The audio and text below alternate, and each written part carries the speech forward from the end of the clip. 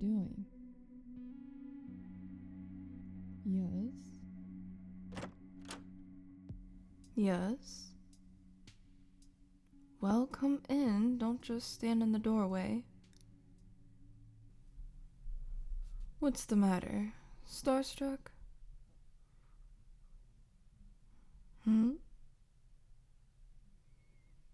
Oh, Well, yes. I thought it was appropriate to wear the costume. It is my work uniform. This isn't exactly the kind of work environment that screams business casual.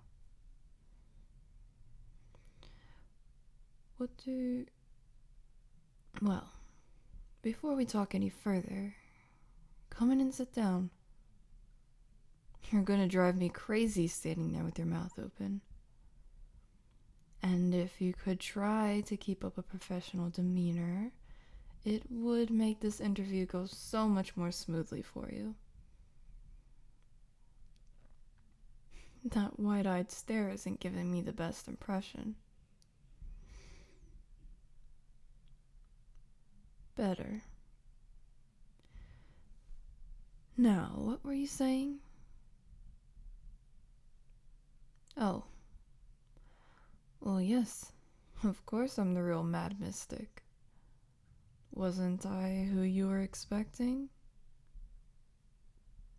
Did they not tell you what supervillain you were applying to work for? Really? You're joking. You didn't. I knew that agency was a joke. But how could any employment agency fail to mention something as important as the job they're lining you up for? Especially if the job is minion to a supervillain. Unbelievable. That certainly makes this all interesting. Well, what do you think? Would you like to continue the interview? This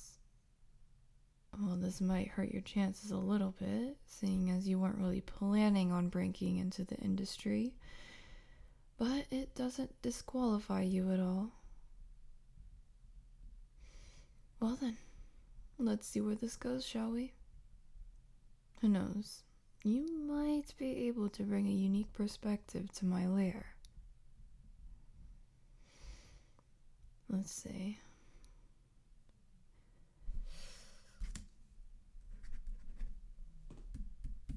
Some of these questions are probably unnecessary. I'm sure you haven't had any previous experience in villainy, correct? And given how intimidated you look right now, I doubt you've ever been within 100 feet of somebody like me.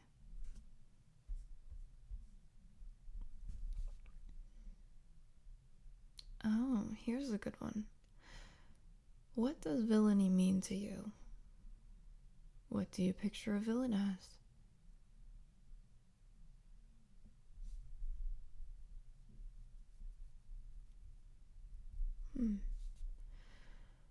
Not the traditional answer, but at least it's honest. I don't trust the people that try to tell me what they think I want to hear. If I hear one more applicant say villains are the real heroes, I'll toss them out the window. I really will. And what about heroes? What do you think of them?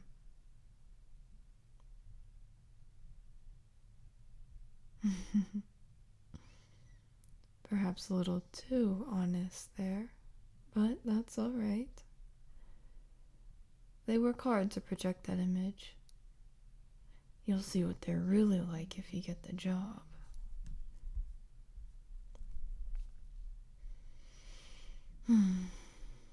Honestly, I'm not thrilled with the rest of these questions. They don't seem very relevant. How about this then? What made you decide to continue the interview? Are you drawn to the idea of illegal activities, or...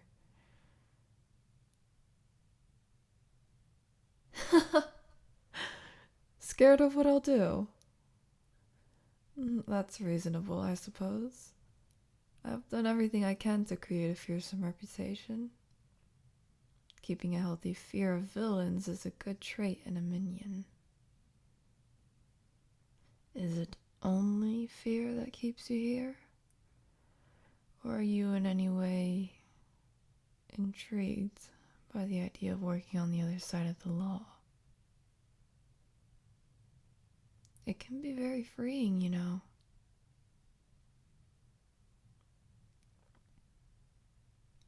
Actually, you're more qualified than you probably think. There's a reason I set up this interview. Your resume is unorthodox for a prospective minion, but not bad at all. I could see you doing well under my employ. Oh, absolutely. It seems you've been jumping between very different kinds of jobs. For many employers, that's a red flag, but it's promising in this context. Being a minion demands a broad skill set and the ability to adapt quickly. And turnover for minions is usually very high. So short tenures at jobs isn't exactly anything unusual in this industry. Though I personally try to keep employee retention higher.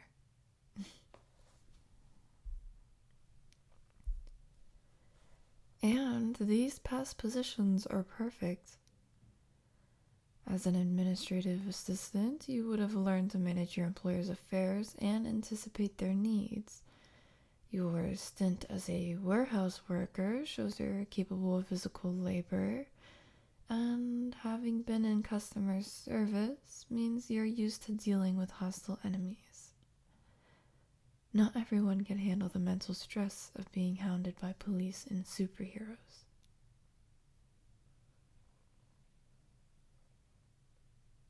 Yes, well, that is the major occupational hazard of being a minion. But it's perhaps not quite as risky as you might think. Minions are actually treated quite leniently by the law, at least in this part of the world. You see, minions are helpful to villains, but they also bring us a bit of risk. A bumbling minion can accidentally reveal the location of a secret hideout, or mess up an otherwise perfect master plan. So, the legal system tries to drive unsuccessful criminals to minion work by offering light sentences and rehabilitation programs when they're caught.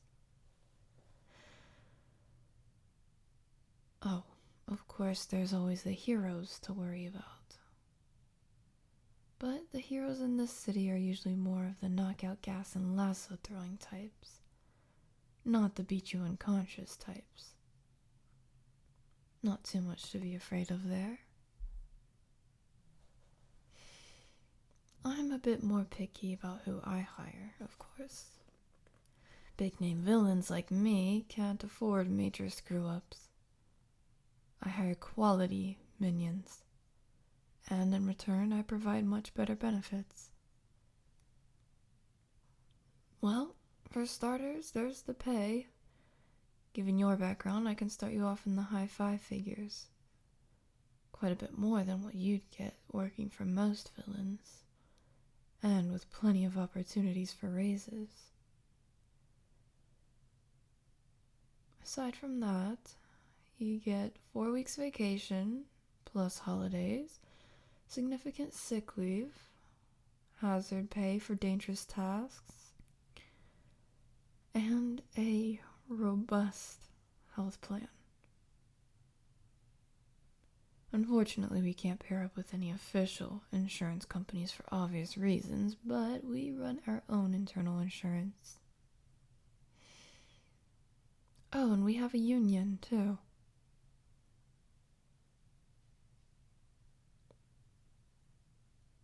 I do like to provide for my employees, but I admit that half the reason for all that is just to make rich capitalists squirm. I love watching them try to explain to people how an evil villain can treat their employees better than they can. Oh, and there are a few unconventional perks as well. Earning Employee of the Month entitles you to 1 free rescue in case of arrest or capture. Those are difficult to pull off, so we can't just bust everyone out all the time. And if you do an especially good job, you can request resources for your own personal crimes. Within reason, of course. Oh, and of course you'll want to know about what your actual duties would be. You'd start off working exclusively in the lair, performing maintenance on the doomsday devices, organizing stolen goods, that sort of thing. You can get promoted to accompanying me on heists before too long if you show promise. You'll be provided with weapons and combat training in that event, naturally. And between you and me, there's going to be an opening for my sidekick before too long. The current one is retiring, and you strike me as a good fit. That's a very lucrative position, and actually quite a bit safer, too. You wouldn't be expected to hang back and keep the enemy busy like the others. And you needn't worry about being forced into an ethical conundrum. Not unless you are a real goody-goody anyway. I'm in the villain game to shake up society and topple the high and mighty, not bring harm to average ordinary people. That's just beneath me. Well, what do you think of all this? Do you think you'd accept if I offered you the position?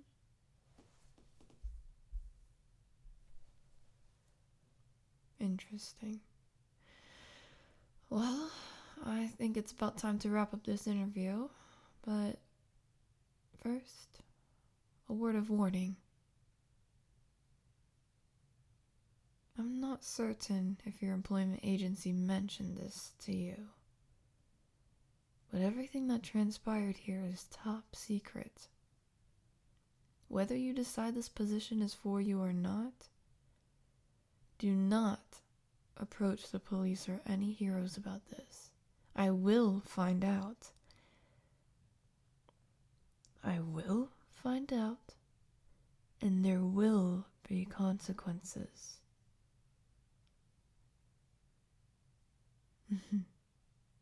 Just a little joke. Maybe. I'd be careful if I were you. I'm a very good employer, but I'm not the type of person you want to upset.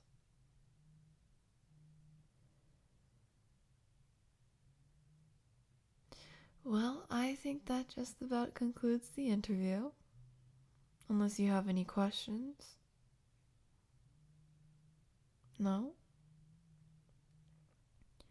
Well then, this has been a very interesting experience for the both of us, I imagine. I know none of this is what you're expecting, but I hope you can appreciate the opportunity that has presented itself.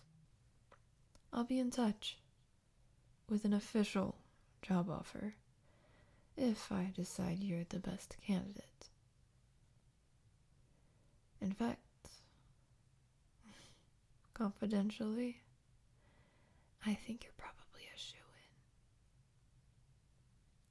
It's rare to get an applicant without a criminal history, which brings some benefits.